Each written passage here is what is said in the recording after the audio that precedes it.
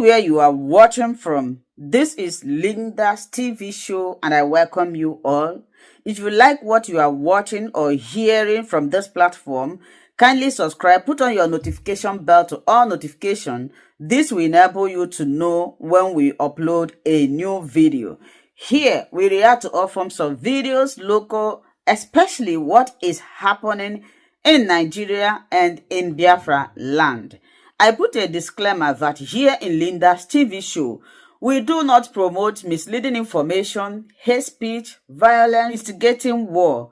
We are here to inform, educate, sanitize the members of the public about what is happening.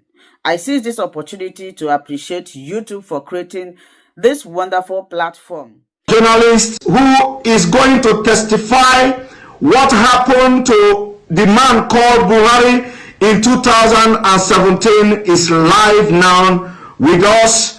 It is not going to be like video. You are going to hear his voice. I have told him he wanted to say his name. I said, no, you don't need to say your name. Just, tell us what is your role in this whole Buhari death saga in London. What is your job, what we are doing, who you work for, and what you did, what the role you played, including the people you called during the time President Muhammad Buhari died in London. So welcome to this program. I want you to talk, just talk openly to Nigerians. Hello, good evening or good morning, depending on where you are watching the show from. I want to basically say first, because I understood how Nigeria think and how Nigeria work. They will come up to say, I have been paid. Please, I want to make it very clear. Hope you are hearing me. I want to make it very clear that I have never been paid and nobody paid me for this. The reason why I decided to come out is because of the life that was lost in Nigeria and so many things that is going on at the same time in Nigeria. Hello, can you hear me? Everybody's hearing you. Go ahead. All right, thank you. First of all, I started this on Twitter, but Twitter, they are restricting me. I want to first of all say, you can follow me on Twitter with the name Boris Moro, Boris Moro. Hello. So the whole scenario is that President Muhammad Buhari, he died on the 19th of February. On the 19th of February, please, those analysts, if you can take notes, take pen and your paper and note these things down. Note them down carefully. I'll be giving you specific things here, specific details right now. Okay, number one, President Muhammad Buhari died on the 19th of February, the year 2017. He died in Newcastle, in Freeman Hospital, Newcastle. He died as a result of heart problem, heart disease, which the Nigeria presidency failed to disclose. On the 19th of February, I was in London by the special grace of God. I'm a journalist. I work with one of the Nigeria broadcasting station and one of the leading Nigeria broadcasting stations. So I covered the event in London. He died in Freeman Hospital, Newcastle. I was there. I covered the event. Then Muslim, they don't embalm people. So on the 20th of February, he was flew in to Saudi Arabia where he was buried. I was there live and I covered the event where Aisha Buhari put on white attire. I think you are with me. Go ahead. So where Aisha Buhari put on white attire and the children. Can you pause a bit? Can you pause a bit? And let me remind Nigerians and the entire world that this event he said he covered, he have the video. He have the video. I do. Go ahead. I have all the video. So the Nigeria Aisha was putting on white as a sign of mourning to her husband, who is the late President Muhammadu Buhari. Then the children, according to the Muslim tradition, were putting on black. I have the video, I have the photograph and everything. You understand? Then on the 23rd of February, I was in Ethiopia as a journalist. I moved around. So I was in Ethiopia where the African Union, the AU, hold a summit, a mini silence for late President Muhammadu Buhari on the 23rd of February, the year 2017. Hold on, please, hold on. I know that interrupting you is I know this kind of thing is very, very difficult, but please, hold on. Now, you, after covering the event, you went to Ethiopia on the 23rd of April, on the 23rd of February yes. 2017, and yes. You were there at the African Union Summit or whatever. Yes. You covered it with your own camera as a journalist, and yes. you have the video. Exactly, Go ahead. So I covered the events there where the African Union hold a minute silent for late President Muhammadu Buhari. So to show their last respect to the late President Muhammadu Buhari of the Nigeria government. Then on the 28th of February still, which I think is the last day of February, then what's it called?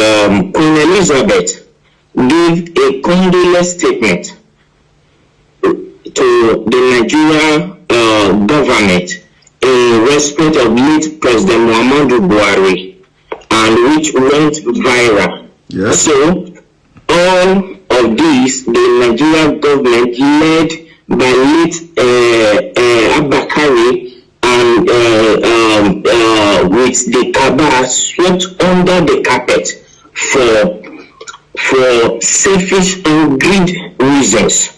Then on the 2nd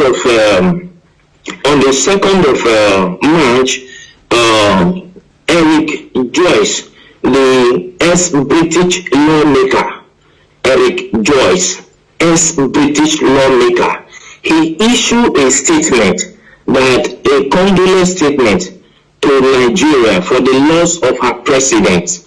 Are you with me, sir? Yes. Then they swept it under carpet, and the man got angry and came out to say that President Muhammadu Buhari is dead.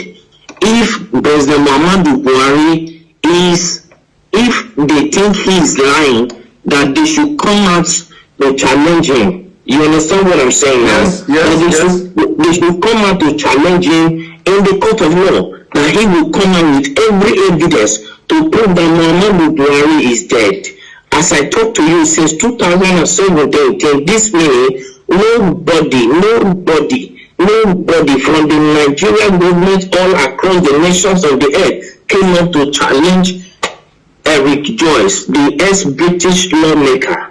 That went by. Then on April 17th, when American journalist by name Mark Smith, he came up to say that the corruption going on in Nigeria is unbearable, that he can only imagine how the Nigerians are surviving in that country, that there is corruption everywhere. You understand? So we just talked over all this. But what actually prompted me to come on to to this tonight is one, the Nigerian youth have been suffering 60 years of independence, 60 years of suffering and smiling, and yet the government is taking them for granted. Now the Nigerian youths, they came up to say, no, enough is enough. We don't need this anymore. Let's put an end to this. All what they could do was to send the military, it will fire them. If they think maybe I am lying, let SH0CK, the wife of the late President Buhari, come up to tell me that the imposter parading himself as the Buhari is her husband. If I am lying, okay, hold it there. First of all, I want you to tell me, because you are one of the best journalists, but people don't know. Like I said, you don't need to mention your name. You don't also need to mention the Nigeria TV station where you work and all that. So now during the time when this man died, I want you to tell me, what did you do? Like, did you contact anybody in Nigeria, like any prominent politicians, and who is the person and what did you discuss? And can you tell us why, what happened that the Nigerian media didn't carry out the news, including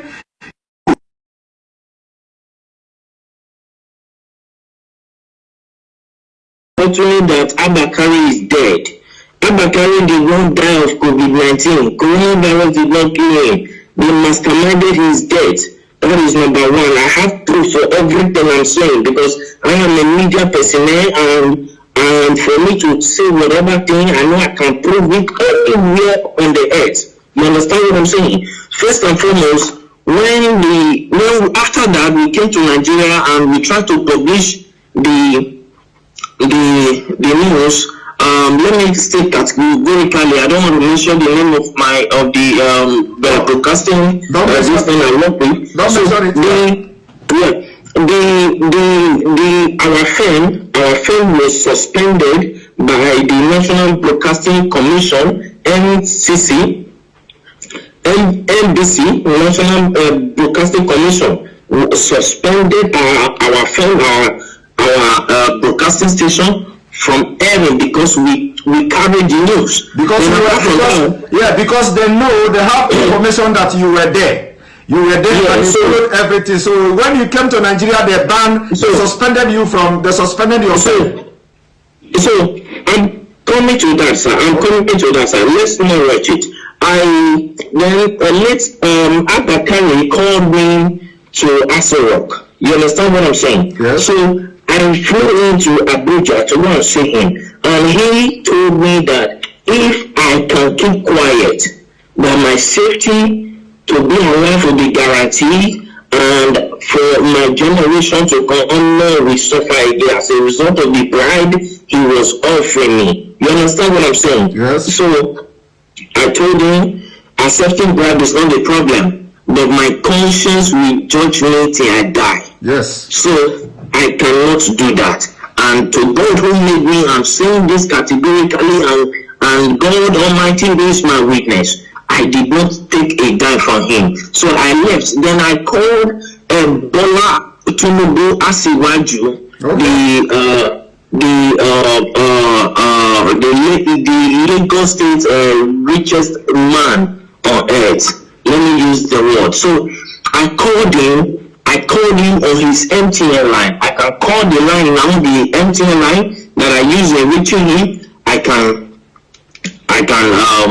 say it here. The number is 080-622-40104. That is the number I use in calling Bola Tinubu Asiwaju. So I called him on phone to tell him about the development, and he came on to tell me that I should shut up, I should keep quiet, and so many other trash and nonsense that he told me that at the end of the day I was suspended from my work.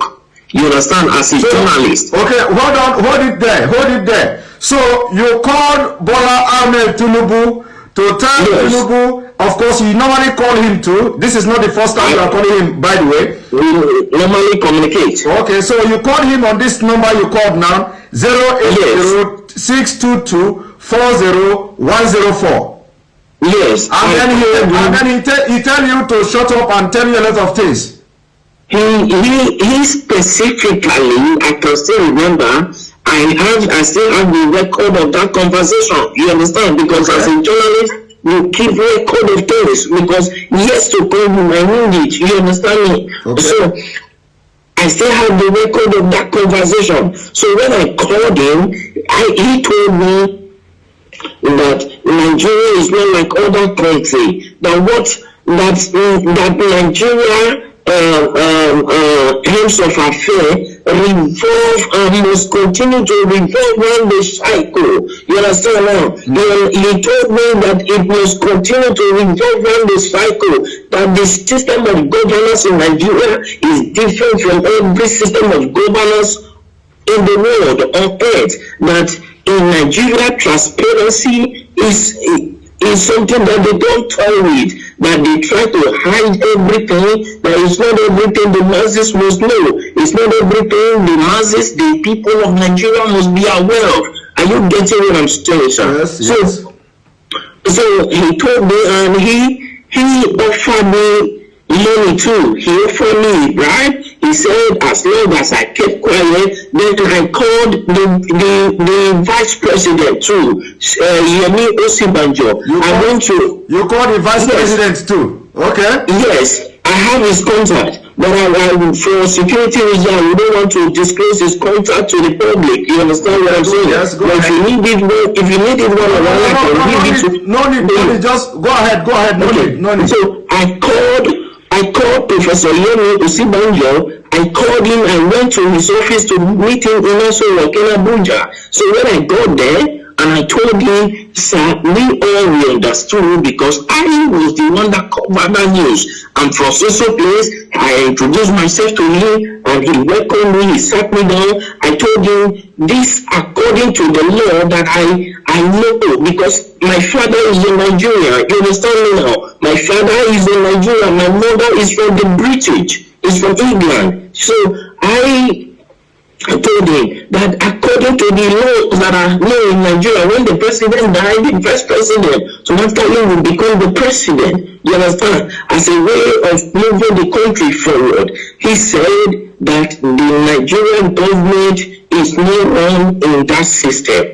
I said, no, when Jonathan was there, that was what happened when the president died. He was the vice president and he came up to be the president. You understand what I'm saying? And he said, please, for my safety, I should keep quiet and go my way. That the course of things will play out by itself in Nigeria. The reason I got to understand that.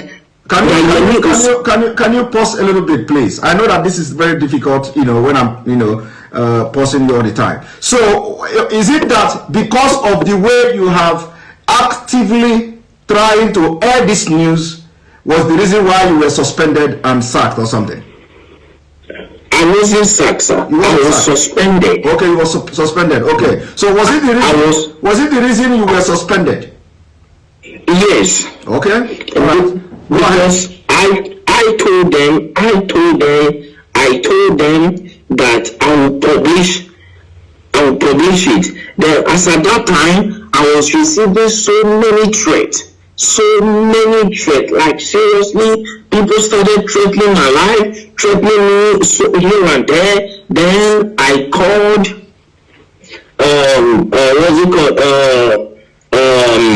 El-Rufai, because El-Rufai was there when Buhari was being buried in Saudi Arabia. El-Rufai was there, the Sultan of Sokoto was there, Ganduje was there. As at that time, then about 10 or 11 persons, prominent people from Nigeria were there, including other people who came to the burial ground. but the people that were there, El-Rufai was there. The Supreme Sokoto was there. You understand what I'm saying now? Yes. So when they were burying him in Saudi Arabia, and they started threatening me. As at that time, they threatened me. Because I told them I would publish the video. You understand what I'm saying? Yes. I understand that many of them are hearing me right now. I understand that many of them will come up to say it's a lie, nothing like that happened. But if any of them can come up to challenge me that this and this I'm saying now never happened, I will be very glad, because I will pick it up from there. I will take it to the court, to the International Court of Law. Let Aisha Buhari come up to tell me that the man who he's posting as a Buhari is the real Buhari. I will come in with every evidence, including the video of how he was wrapped with the Nigeria flag, yes, with the green, white, green cloth. Okay. I will come up with the video of everything. Okay, they come out and challenge me. Okay, hold it there. So actually, the video and all these pictures were taken away from you, but you have your own backup as a journalist. I always have backup. All right. I always have backup. Go ahead. Continue. My camera was seized as a journalist. It was seized at the airport in Lagos. Your camera was seized at the airport as you are coming back in Lagos. Okay. Till today that I'm talking to you, I have never set my eyes on that camera. But you have backup. You understand? They didn't know that. You know they are. Of course, I have all my backup. Even this evening, I was going through the backup. I was playing all of them. I was going through them again. So if they want to debunk this thing, I'm saying that it's a lie. Nothing like that happened. How come the AU, the Africa, our presidents, held a minute silent for them? As at that time, I could remember I called the president of Ghana on this issue. The president of Ghana told me that it is not in their interest that if the people of Nigeria cried out for 13 days, that is when they will take up the case, that the AU will take up the case. As long as nobody has cried out, that it is assumed that they understood what is going on, that Nigeria is not Ghana. That is what the president of Ghana told me. You understand what I'm saying now? Yes. I understand that many of them are hearing me right now. Let any one of them come up to challenge me. I went to Ethiopia. I spoke with a prime minister, with one of the lawmakers there, and he told me that it is not in their interest. Then I accused him of being bribed. If not, he would have come up with an action, because he is the secretary of the AU, of the African Union. You understand me now? As at then. Yes, as at that time. So I challenged him. I accused him that they have been offered bribe, and he told me that he has never received any bribe from Nigeria, though many of them are coming with proposal. But whether he later accepted bribe, I don't know. You understand what I'm saying now? But the truth is this: Buhari is long dead in Freeman Hospital in Newcastle in London on the 19th of February, the year 2017. He is dead. Buhari is dead. He was buried in Saudi Arabia. Nobody can tell me that he is still alive. Buhari, that I know, if you look, when the Kanu came up, you understand, they said that he's talking rubbish. I have never met the Kanu face to face. He doesn't even know me. He doesn't even know whether I'm fair or black. He doesn't know me, and I've never given him anything. He has never given me anything. You understand now? But the truth is, as a journalist, I swear and oath to stand by the truth at all times.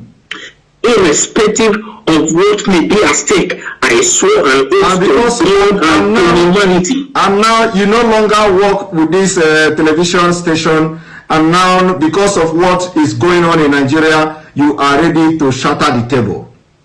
If I am not answerable to any Nigerian authority. Yeah. You understand now? When I was suspended, I was waiting if my suspension would be lifted. I waited for a period of 6 months. My suspension was not lifted. Then I resigned.